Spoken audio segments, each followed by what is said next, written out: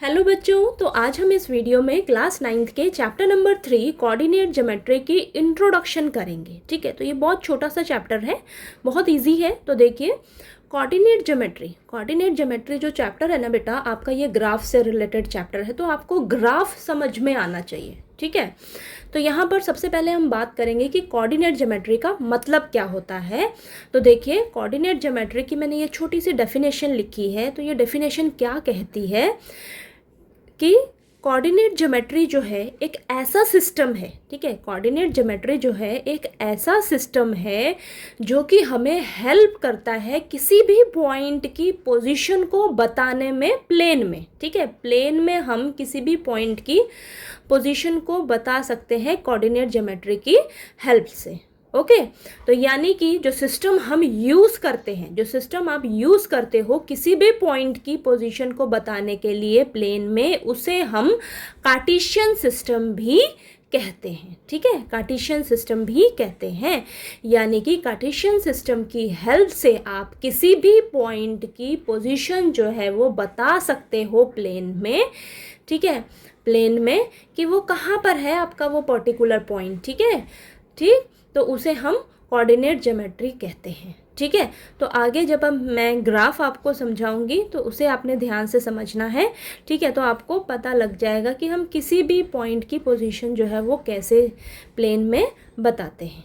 ठीक है, तो चलिए अब हम ग्राफ समझते हैं। ओके, तो देखिए बेटा, मैंने ये प्लेन ड्रॉ किया है, तो इस प्लेन को बोला जाता है कार्टेशियन प्लेन। ठीक है, तो सबसे पहले हम इस प्लेन को समझ लेते हैं, फिर हम समझेंगे कि किसी भी पॉइंट की पोजीशन जो है वो हम कैसे इस प्लेन में बता सकते हैं। ठीक है, तो चलिए समझते हैं। तो ये वाली जो लाइन होती है ये आपकी एक्स एक्सिस वाली लाइन होती है, और ये वाली जो लाइन होती है ये वाई एक्सिस वाली लाइन होती है। ठीक है, अब यहाँ पर आपका फर्स्ट क्वाड्रेंट होता है, ये आपका सेकेंड क्वाड्रेंट होता है, और ये आपका थर्ड क्वाड्रेंट होता है, और ये फोर्थ क्वाड्रेंट होता है। ओके, अब यहाँ पर देखिए बेटा, फर्स्ट क्वाड्रेंट में आपका एक्स कोऑर्डिनेट भी पॉजिटिव होता है और वाई कोऑर्डिनेट भी पॉजिटिव होता है। ठीक है, ये दोनों पॉजिटिव होंगे, और सबसे पहले एक्स कोऑर्डिनेट को लिखा जाता है। हमेशा याद रखना, सबसे पहले एक्स कोऑर्डिनेट को लिखा जाता है, फिर आपका वाई कोऑर्डिनेट लिखा जाता है। ठीक है, हमेशा याद रखना है, एक्स फिर वाई।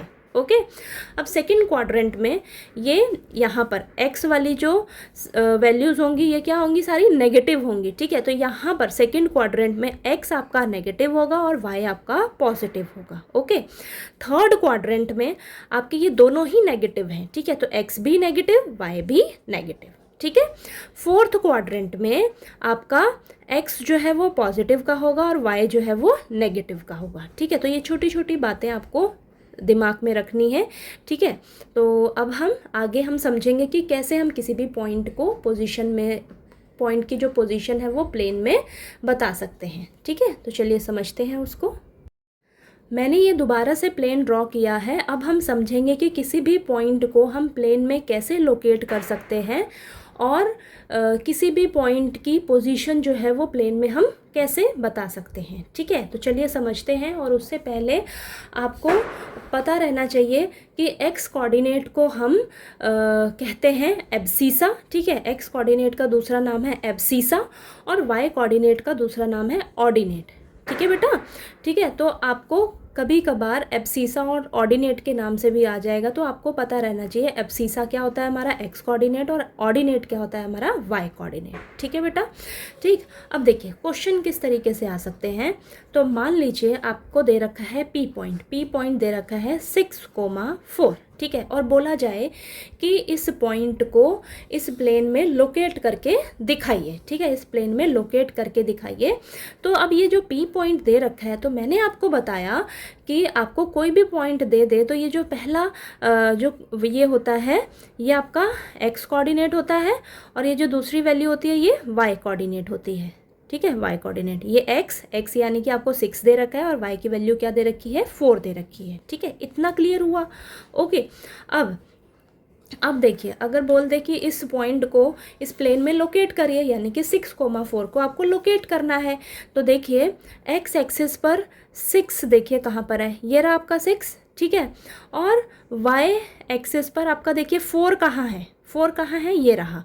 ठीक है, तो यानी कि 6 यहाँ पे और ये 4 यहाँ पे ये रहा, ये यहाँ पर पॉइंट आएगा आपका, ठीक है, यहाँ पर पॉइंट आएगा, यहाँ से 6 और यहाँ से 4, ठीक है। तो ये हम इसको ऐसे ड्रॉ कर लेंगे, ठीक।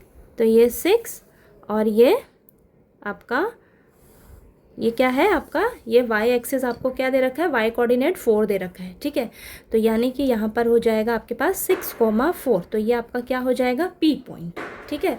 तो ये देखिए, ये हमने इस तरीके से ग्राफ में प्लेन में जो है इस पी पॉइंट को लोकेट कर दिया। आपको कोई भी पॉइंट दे सकता है कि किसी भी पॉइंट को आपको लोकेट करने आना चाहिए प्लेन में, ठीक है।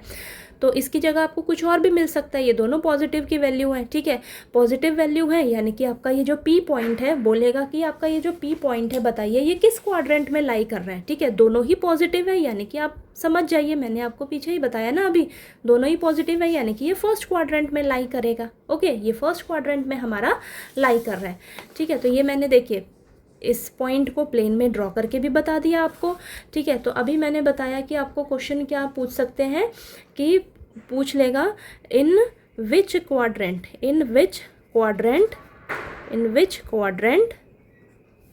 पी पॉइंट लाइज, ठीक है।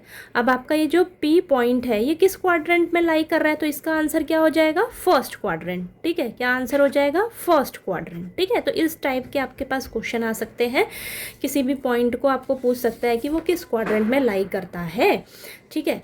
अब और किस तरीके से क्वेश्चन आ सकता है, तो मैं इसी पॉइंट को लेकर आपको बताती हूँ। अब बोलेगा कि हमें डिस्टेंस बताइए, distance of point P from x axis, ठीक है। पूछेगा कि इस P पॉइंट का डिस्टेंस बताइए एक्स एक्सिस से, ये आपकी एक्स एक्सिस है, मैंने बताया ये आपकी एक्स एक्सिस है। तो इस एक्स एक्सिस से इस पॉइंट की दूरी कितनी है, इस P पॉइंट की दूरी कितनी है, तो ये देखिए यहाँ से यहाँ तक कितना है, ये 4, ये 4 है ना बेटा, ये जो लाइन है ये आपकी कितनी है, 4 है, ठीक है, ये 4 है, यानी कि आपका इसका आंसर क्या होगा, 4 होगा, ठीक है। तो 4 यूनिट्स, ओके।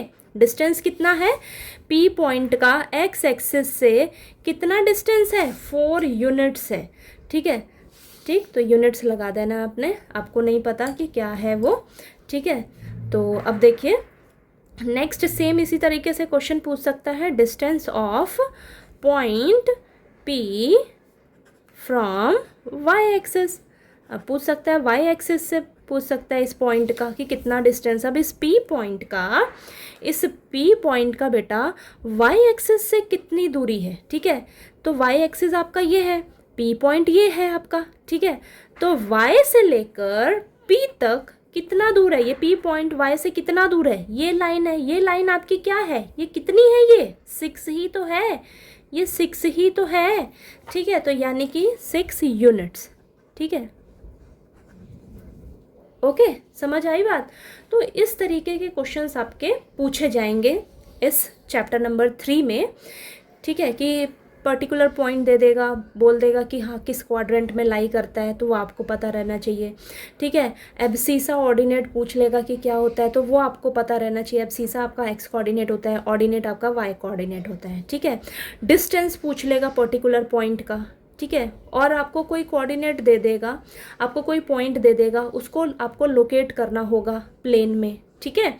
तो आपको बस ये प्लेन अच्छे से समझ आना चाहिए कि इस प्लेन में है क्या। ये आपके यहाँ पर सारे, ये फर्स्ट क्वाड्रेंट में दोनों ही x और y पॉजिटिव होंगे, सेकंड क्वाड्रेंट में आपका x नेगेटिव होगा, y पॉजिटिव होगा, थर्ड क्वाड्रेंट में दोनों ही नेगेटिव होंगे, फोर्थ क्वाड्रेंट में आपका x पॉजिटिव होगा, y नेगेटिव होगा, ठीक है।